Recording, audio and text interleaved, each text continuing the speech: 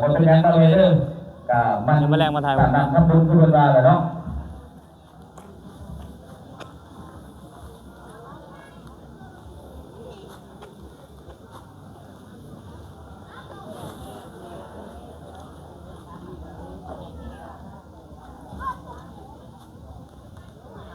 นี่เป็นบอลเช็คอินแต่ถามว่าห้างกระบ้าบอบุญเนี่ยคือมาหลายหมื่นเลยห้างกระบ้าห่อกับไม่ได้ยังไงเราห้อยพระบาทได้ใช่นะเขาเคยเบิ่งแค่เพียง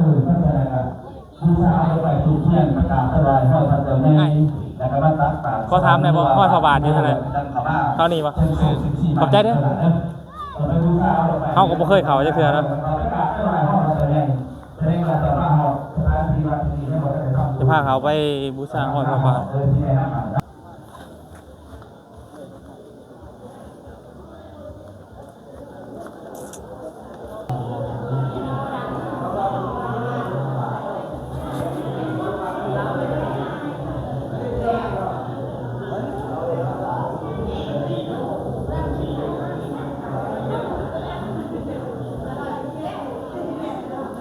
เอามาเบิ่งห้อยพระบาทนะ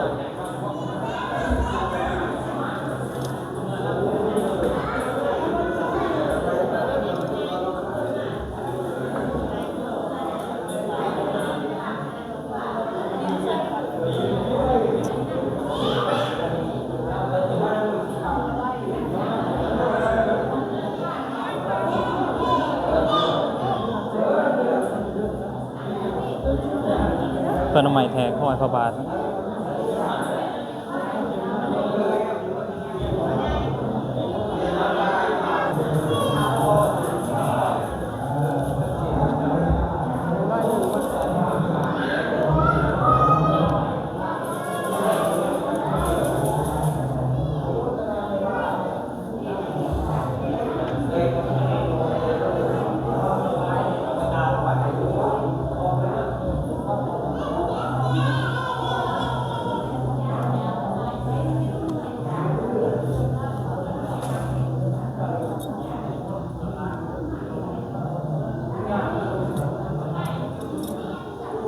ยาสมาแทกเบิ่งเนาะ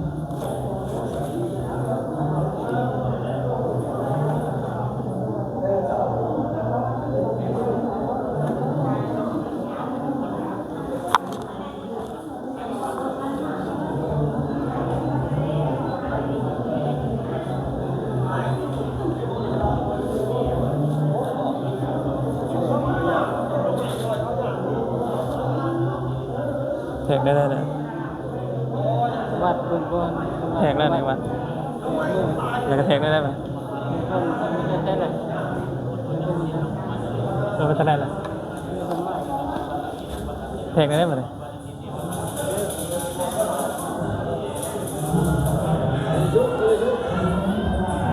เอากระพูเราจะแทกได้ต่อไหม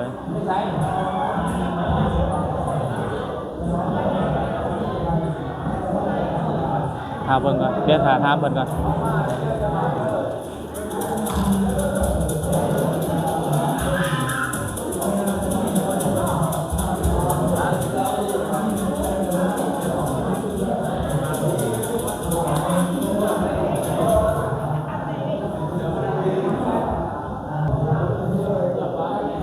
แบบเป็นว่าอธิษฐานแล้วก็แทกที่แรกแทกใหม่ว่าเฮ้าในแทกใช่แทกแล้วก็มาแทกบัตรอธิษฐานแล้วก็มาแทกอีกคันว่ามันอธิษฐานมาให้มันลื่นแบบอธิษฐานยังกับมาทำมันลื่นมันก็แบบเป็นแบบนี้นะอธิษฐานไหมท่านว่าให้มันได้เพื่อควบคุมมันเพราะอธิษฐานเลยจังอธิษฐานเลยจังแทกแล้วก็อธิษฐานแล้วจะมาแทกใหม่โอ้เดี๋ยวว่ามันจะมือปุ๊บเนาะเราจะมือปุ๊บอันนี้เขาหมายไว้ซื้อหรอนี่แต่ว่ากันมาซื้อได้เขาจะซื้อได้นะไอ้เรื่องมือเขาไม่ได้ตัวไม่ละเนี่ยก็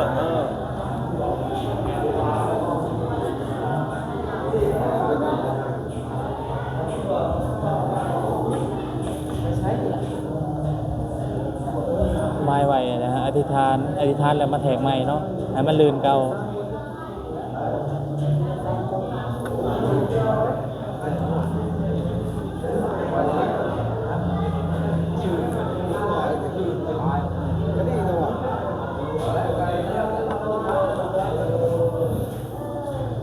จะได้เฮาก็เอาให้ลื่นให้ได้แล้วเนาะ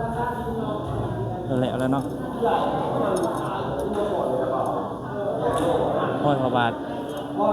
แต่ยังน้อยมากบ่เคยเข้ามาจักเทื่อเลยครั้งแรกที่เฮาได้เข้ามาแต่ว่าครั้งแรกในชีวิตเลยที่เข้ามาก็ได้มาเห็นโดยตาตัวเองเนาะ